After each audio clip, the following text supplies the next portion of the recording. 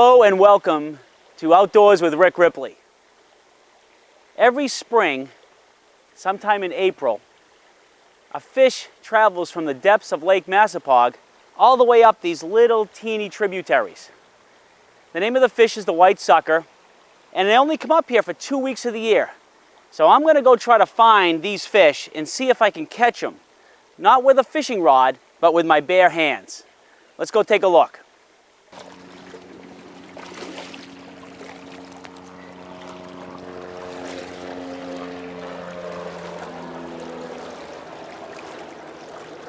I think he went this way.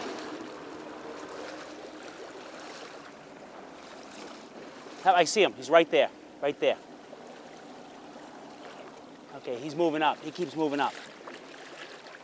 Okay, what I'm doing here is slowly working my way up the stream, looking for where the water gets a little bit deeper, because that's where they're usually hiding. I have to move some things around here. Oh, there's okay. See if I can feel them underneath me.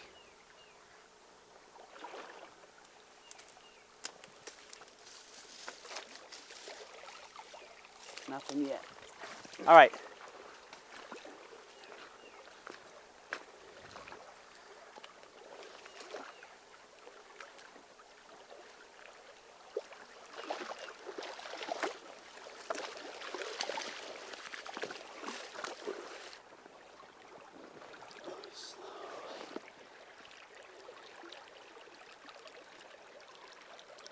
Okay, I'm touching him.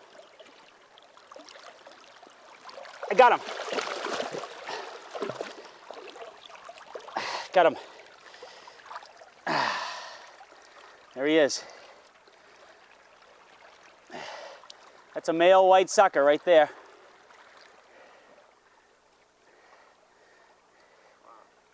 There he is.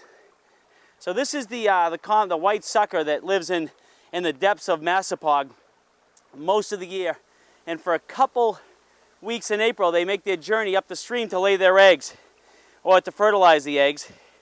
And this is a white sucker. You see the anal fin there, which is very unique, okay, which has 7 rays on it. And the most distinguishing feature is the subterminal mouth that acts as a vacuum cleaner like this, which where they travel around the bottom of Lake Massapog, feeding up on anything that's on the bottom. So they're a hardy fish, and I'm sure the Native Americans found this fish very edible. This is a small one relatively. This is probably about a 17 or 18 inch fish, and there are some giants in here. So now that I know that they're in here, I think I'm going to go get my boys and bring them back here so they can run around and catch some. And maybe they'll catch one that's a couple feet long and be kind of interesting. A lot of fun for the kids. So we'll be right back. The white sucker, otherwise known as Catostomus commersini, can be found in most lakes from southern Canada to the southern part of the United States. Each year, around tax time, the sucker makes their way upstream to lay over 100,000 eggs. Their eggs are adhesive and will stick to the rocky bottom until the fry are ready to make their way back to the deep water. The suckers begin their life as mid-level swimmers, and after a short time descend to the bottom of the lake to make use of their subterminal mouths and become the vacuum cleaners of Lake Massapog. All right, well, I went and I found my boys, and it's rained a little bit since we were on TV, so the water's pretty high. But I found the boys. We got their nets. We're going to go into the creek right now, and we're going to go get some suckers. So you guys ready to go get the suckers? Yeah. Let's go. Let's go do it.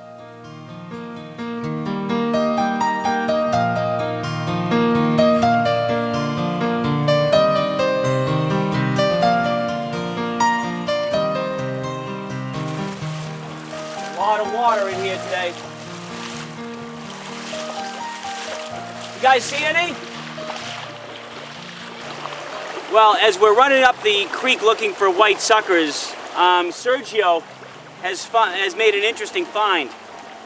Looks like we've come across a snapping turtle nesting area because we have some broken up eggs right here. And Sergio has actually found an egg that was not broken. So we may take that home and make scrambled snapping turtle. What do you think, Serge? Sergio's really good at finding snapping turtle stuff. Guys, remember when Sergio was only 2 years old, what happened? Yeah, it was actually 3 years old. You were 3? Okay. We were over there and we thought it was a rock, but it was actually a snapping turtle. That's right. That's right. There was a big rock. I thought it was a rock, and I was about to step on it, and Sergio said, "Don't step on that. It's a big snapping turtle." And then what happened when we put it in the net, Serge? What? What happened in the net when we put it in the net? It was too heavy and it broke out. Yeah. So anyway, this is pretty cool. I don't know. It looks like a raccoon or something has found these eggs before they hatch, but we have one that didn't hatch, so maybe we can leave that and bury that. Maybe a snapping turtle will go back into Little Sucker Creek. All right, guys, let's go try to find those suckers. And so the cycle continues. For hundreds of years, the white sucker has found the stream and made their way up the creek to lay their eggs and start a new life. And just as my father brought me to the rivers of my youth, I will walk in the water with my sons and do my best to teach them how to enjoy the magical world of the great outdoors. Andres, I see one. I think I'm going to try to grab him with my hands. He's big.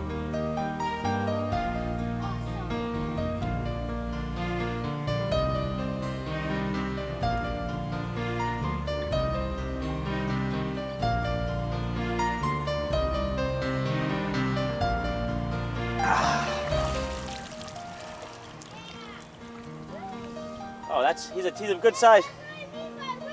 Yeah, he's wiggly. They're hard to hold. Come look at him, guys. Look at that red stripe there on him.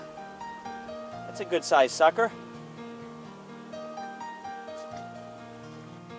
This lateral line right here, guys, is what makes them unique. This species unique. What, do all suckers have that? All suckers, some suckers have all this brown, but this guy has that red stripe that becomes more pronounced here during the breeding season. What sucker is that? It's called a white sucker, is the common name, and the scientific name is Castanomus copricini.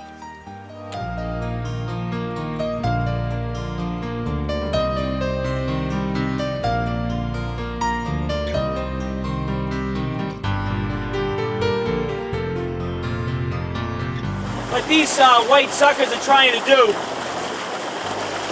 is they live in the lake for most of the year, and they travel upstream to lay their eggs. And the female will lay about 100,000 eggs, and they have this adhesive quality where they stick to the rocks. But of course, only a few will survive. They need to start here and come up this brook and get through this underneath the road here, this little tunnel. So just like a salmon in Salmon Falls, they have to make the jump here up into the tube and make it to the other side, and that's where we were catching them earlier. So a lot of them will sit here and gain their strength to make the jump in this fast water. The problem is, with so much the rain we just had, makes it a lot difficult, much more difficult for them to make that leap. Once they do, they need to get all the strength they can muster and get through that tube to the other side to lay their eggs.